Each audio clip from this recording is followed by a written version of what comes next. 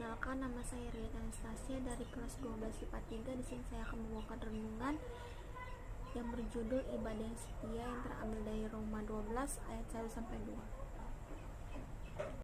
Sebelum kita memulai renungan kita, mari kita berdoa. Ya Bapa, saat ini kami anakmu berdoa, memohon kasih dan karunia-Mu supaya Engkau hadir di tengah-tengah kami. Kami yang akan memulai ibadah pada hari ini berserah dalam tangan-Mu, supaya Engkau berikan penyertaan serta hikmat dan berkat-Mu melalui ibadah yang kami lakukan ini. Terima kasih Bapa, kurang hanya kasih setia-Mu yang menyertai kami mulai dari hari ini hingga selama-lamanya. Amin. Ibadah yang sejati merupakan ibadah yang berkenan kepada Tuhan. Ibadah itu tidak hanya sebatas sebuah persekutuan yang melakukan ritus di tempat tertentu. Ibadah dalam konsep perjanjian lama maupun perjanjian baru mempunyai arti pelayanan. Dalam istilah Ibrani disebut ovada, sedangkan dalam bahasa Yunani disebut latrella. Pertanyaan kita sekarang adalah, apa perlu yang kita lakukan agar ibadah kita berkenan kepada Tuhan? Pertama, kita harus mempersembahkan totalitas kehidupan kita kepada Tuhan. Artinya mempersembahkan ialah keadaan hidup kudus yang berkenan kepada Allah, bukan asal apa adanya, apa yang menjadi kehendak-Nya. Tuhan berkata kepada Samuel tentang Daud, janganlah pandang parasnya atau perawakannya yang tinggi, Tuhan melihat hati. Itu terambil dari 1 Samuel 6 ayat 7. Yang kedua, kita harus mampu memperbaharui pola pikir kita. Janganlah kamu menjadi serupa dengan dunia ini, tetapi berubahlah oleh pembaharuan budimu, sehingga kamu dapat membedakan manakah yang kehendak Tuhan. Serupa dengan dunia harus dihindarkan, tetapi kita harus tampil beda.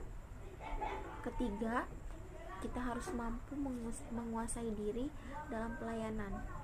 Apa yang telah Tuhan karuniakan dalam kehidupan kita, terimalah dengan tanggung jawab penuh, atau gunakan dengan kesungguhan hati.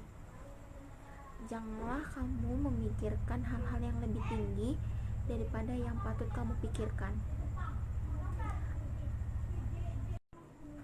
Apakah makna ibadah sejati itu dalam kehidupan kita sehari-hari? 1. Ibadah sejati adalah ibadah totalitas. Ibadah sejati bukanlah ibadah fenomenal, kelihatan aktif di berbagai kegiatan gereja. Ibadah sejati adalah ibadah totalitas, artinya menyeluruh di dalam sebuah aspek hidup kita. Hal ini diajarkan Paulus di dalam ayat ini dengan menyatakan bahwa kita harus mempersembahkan tubuh kita sebagai persembahan atau kurban yang hidup. Kata mempersembahkan dalam bahasa Yunani diterjemahkan menyembahkan. Yang kedua, ibadah sejati adalah ibadah yang kudus, bukan saja sebagai kurban atau persembahan yang hidup. Paulus juga menasihatkan jemaat Roma agar mereka juga mempersembahkan tubuh mereka sebagai kurban yang kudus. Kudus berarti dipisahkan. Dengan kata lain, dengan mempersembahkan tubuh kita sebagai kurban yang kudus, berarti kita memiliki keunikan yang lain dari dunia ini. Yang ketiga, ibadah sejati adalah ibadah yang menyenangkan Allah, bukan hanya hidup dan kudus. Ibadah sejati adalah ibadah yang berkenan kepada Allah. Kita berkenan kepada Allah adalah ibadah yang menyenangkan atau memuaskan Allah. Bagaimana ibadah bisa dikatakan menyenangkan Allah? Ibadah bisa menyenangkan Allah ketika ibadah dilakukan baik di gereja maupun kehidupan sehari-hari, bukan memuliakan diri tetapi memuliakan Tuhan. Ibadah yang memuliakan diri adalah ibadah yang menggunakan segala cara untuk menyenangkan diri, segala cara untuk menyenangkan diri sebagai objek dan subjek ibadah.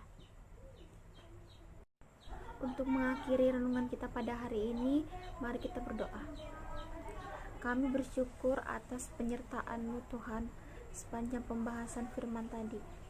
Kami mohon hidupkanlah firman-Mu dalam hati kami, biarkanlah tumbuh dan berguna bagi diri kami sendiri dan sesama. Kami mohon anugerah, kebijaksanaan, dan kepekaan lebih tinggi, terutama kesanggupan untuk menjalankan ajaran-Mu. Kuduskanlah kami Tuhan, jangan biarkan kami paling dari perintah-Mu.